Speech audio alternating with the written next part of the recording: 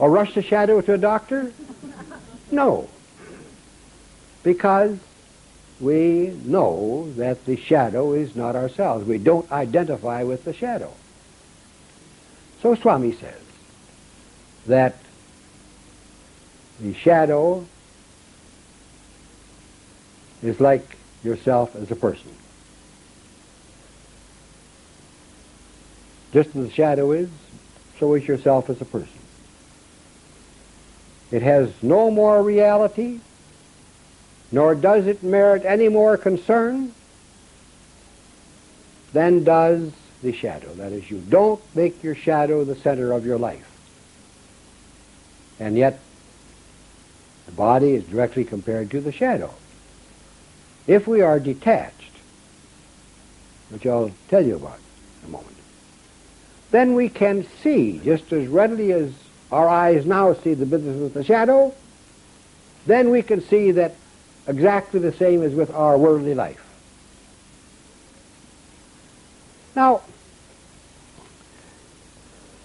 with the shadow and with the seeing,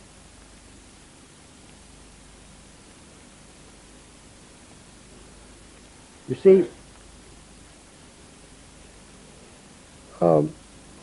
two people start to argue, and you're the third person. Now, normally, you wouldn't be joining in the argument. If they are striking each other, you wouldn't get into the fight. If they're calling each other names, you wouldn't join in.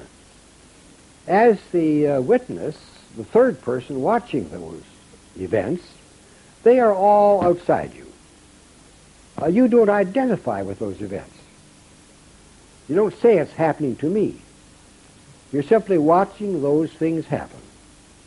You are the seer, and that is the seen. And as a seer, you are not the seen. Two are quite separate. And therefore, if you can, through self-inquiry, start to look at that situation and start to see that you as awareness, that is, the witness is aware of what is happening, but doesn't identify with it.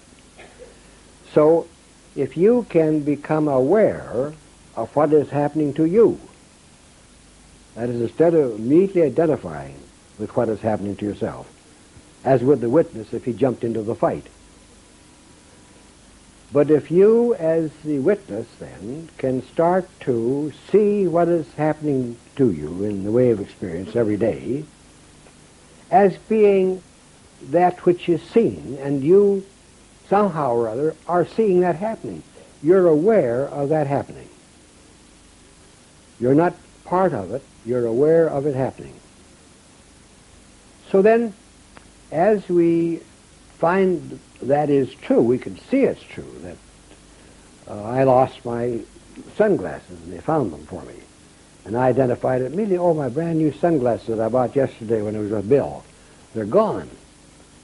See, I identified with that situation, at least for the few moments. But then, if I'd had any sense, I would have said, well, here am I, the witness, and I'm witnessing that Hislop has lost his glasses. So where's the big deal? So this is a very, very important point, and I hope that you will give it some attention. The aspect of yourself as the witness, combined with Swami's very clear statement that all that's happening in our life, hour by hour, day by day, that is just the impersonal course of nature. Nature has its own purpose to serve. And that which appears before you, the seen, is not the seer. You are the witness, the seer. The seer is not that which he witnesses. Now, if you will start that, and try that a little bit, then you will see that while your life, your experience, yourself, myself as Hislop, changes constantly. Yet my awareness of what is happening never changes. Before the event of my losing my sunglasses, I was aware that I had the glasses. Then, after I lost them, I was aware that I had lost the glasses. Then they were returned to me, and I was aware the glasses were returned to me. So I look at that awareness. Has that awareness changed from the time I lost my glasses to the time that I have my glasses? No, it hasn't. The awareness, your awareness, before what happens, during what happens, and after what happens, is totally unchanged by anything whatsoever. Now, if you ask the question, who am I? Self-inquiry. Who am I? And you see this situation before you. You experience it. Here is my life in which things are happening all the time and changing me. Everything that happens to me changes me in one way or another. So here is the events of my life, and then here is the awareness of those events. Now, the awareness never changes. It's always the same. The events change continually, never the same. So if I'm looking for myself, am I more likely to be that which never changes or that which is constantly changing and therefore non-identifiable? Surely in common sense, you would say, more likely I am the awareness, which doesn't change. You try. You try. You experience yourself as the witness. You watch and see yourself being the witness. And you'll see that there was no change whatsoever before, during, and after that which was witnessed. The witness remains the same. Then maybe your thoughts will flash back to your memory, your earliest memory of yourself as a child. I'm sure you could do it. I can do it. I remember myself as a little child playing out in front of the lawn in Canada with the family dog. And I see that my awareness then is precisely the same as it is today. I haven't learned anything. I'm exactly the same as I was then. No change whatsoever. So therefore, that awareness is more my true self than this life that changes continuously. Now, to give you a viewpoint on what Swami says about that. Whenever I go to Prasanthi Nilayam, you know, they have those talks in the morning to keep the foreigners off the streets. Yeah? And so whenever I go there, they always tag me. I have to give some of those talks. And so I gave some talks, and the listeners, the audience, wanted a solid session of questions and answers. So I agreed. And so we had a solid session of questions and answers. Now, at that time, I was sitting on the veranda and right up close to Swami's door because nobody else had observed that seat for the time being. Very close to Swami's door on the veranda. And he was then interviewing the editor of Sanatana Sarati almost every day, and they're talking about what will go into Sanatana Sarati. And Swami was calling him in. And so then, since when I came, sitting up in front, he would call me in with the editor. Oh, what's his name? Not Vittal but... yeah. And then he would always have in there maybe somebody else like Mr. Rottenlaw or or somebody else. And so I could sit there and listen to him talking to these people, and sometimes he would let me ask him questions too.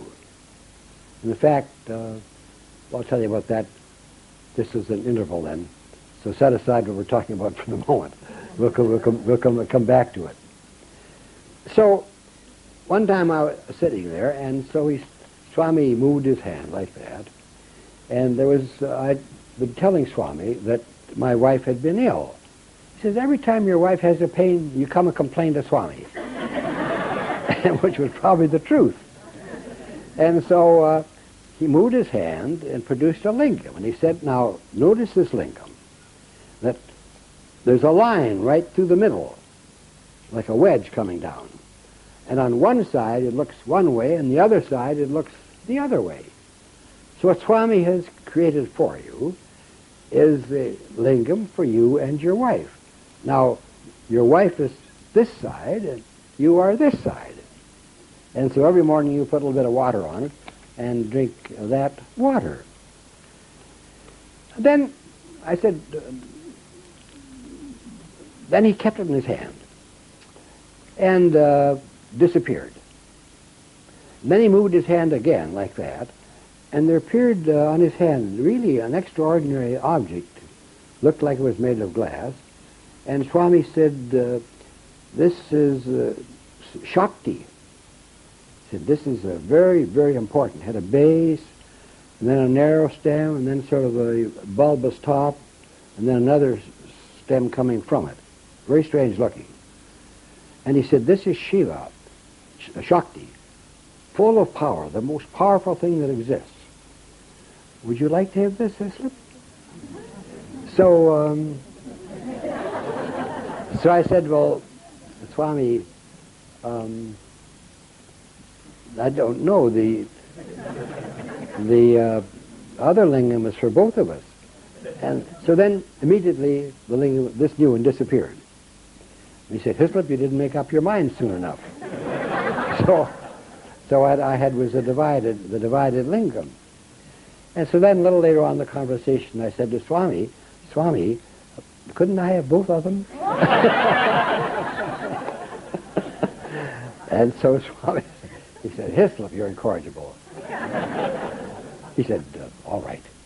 And then he made the Shakti again and gave them both to me. So at any rate, I was called in almost every day, and after I'd given this question and answer session, I was called in too. And Swami addressed me immediately. He said, Hislop, all you did was confuse those people. The big question and answer session. So I said, well, Swami, what do you mean? I confused them. And he said, well, they would ask a question, and you would answer it from the standpoint of Vedanta, which they didn't understand at all. And then they would ask another question based on what they didn't understand in the first place. So it was nothing but confusion. So he said, your answers were good, but that's not their medicine. What Swami teaches day by day is their medicine. So then the next day, the Italians asked me to talk to them. And they had their talk in a shed a long ways away, on the other side of the cafeteria and the big round buildings. Quite a long distance from Swami's office. And so when we had the conversation then, finished the conversation about that I had done nothing but confuse the people, I said, well, Swami, here's this room, and there's just one small window there. And that lecture hall was a long ways away. How do you know, Swami? How did you know what I said and what the people thought and what they said? How could he? He's sitting in that room with high walls. And this lecture hall's a long distance away. You couldn't possibly hear anything, and certainly not see anything. So, Swami, how could you know that? How did you go there, Swami? Did you go as Ishvara? He said, no, Hislop. I was there as omnipresent awareness.